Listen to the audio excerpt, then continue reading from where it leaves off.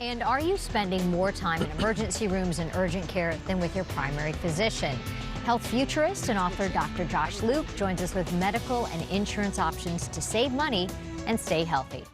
And are you spending more time in emergency rooms and urgent care than with your primary physician? Health futurist and author Dr. Josh Luke joins us with ways to save money and stay healthy.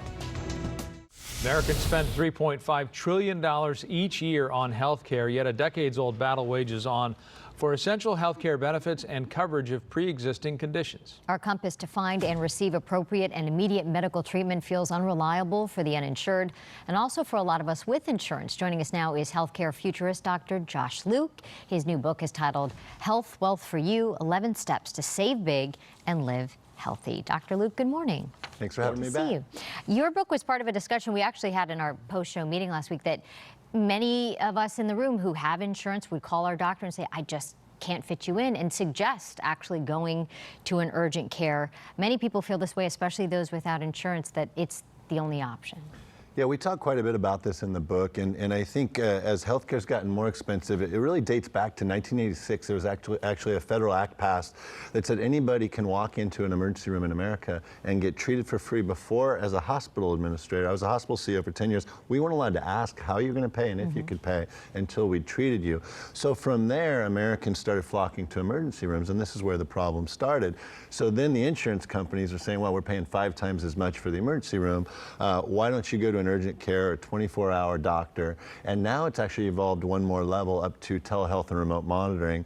And I personally now have what is called a cost-sharing plan, where telehealth is free 24/7, and I can get an appointment within 5 to 10 minutes on my phone, on my pad. And the only thing that really stops Americans from doing that is just the human nature of the fact that we don't like change. But once you do it once or twice, you say, wow, this is great. I don't have to change my day for half a day to go to the doctor. Is that what you're talking about when you talked about associated health plans, or is that something else? That's correct, absolutely. So traditionally, a lot of folks have heard about cost sharing, maybe Medishare or a Christian-based cost sharing, which is not regulated by the Department of Insurance. And so it's more of a leap of faith. We talk about that in each of the books, the Health Wealth books. There's now a new series of newer ones. And although the Trump administration hasn't been able to do much on healthcare, one of the things they did was pass the Association Health Plan regulation, which has since been challenged, but there were already products launched. In fact, I'm a member of one of them called Sedera, S-E-D-E-R-A, and it is a cost-sharing plan where I can use telehealth for free 24/7, and my family really has come to really appreciate the fact that we don't have to rearrange our day. Does the telehealth, though, choose which doctor, or can you see the same doctor if you want to establish it? Great question. Different companies offer different products, but you're seeing a huge trend now that it's finally catching on of companies saying, we're going to have a group of 3 or 4 doctors, and obviously they can't be on call 24/7, but they're going to know you. So. You have a chapter in your book about behavior health care. What should we know about the management of stress and anxiety?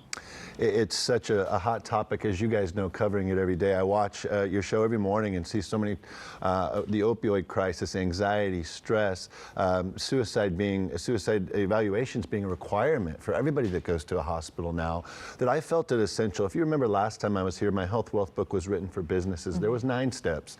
I felt like I needed to add 2 more steps to the Health Wealth for You book, because this one was written for every individual to say, hey, all 11 of these steps might not work for you, but some of them definitely will. And the 2 goals of the book are to help you save a lot of money, but also you're going to live healthier once you engage. We talk about becoming an engaged healthcare consumer.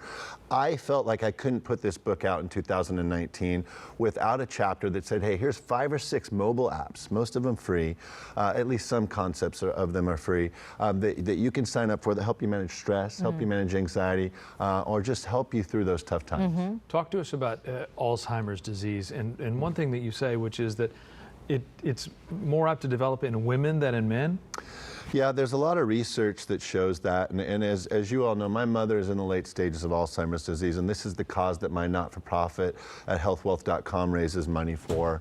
My mom was diagnosed in 2010. She's very sick. It's an awful disease. I since then have dedicated a lot of time to doing that, and one of the things that I've learned through my association as a board member for Alzheimer's Orange County is that it is more prevalent in women, and I don't know the exact reasons why, but I have asked, hey, what can I do as the child of somebody somebody who has gotten this awful disease. And really, it's the same things you hear from about everything else. You know, eat less red meat, exercise daily, less diet soda, eat healthy. So that's all we know now. But in the 2 or 3 years that I've really been active in this space, I've seen a lot of progress. So I'm encouraged by that.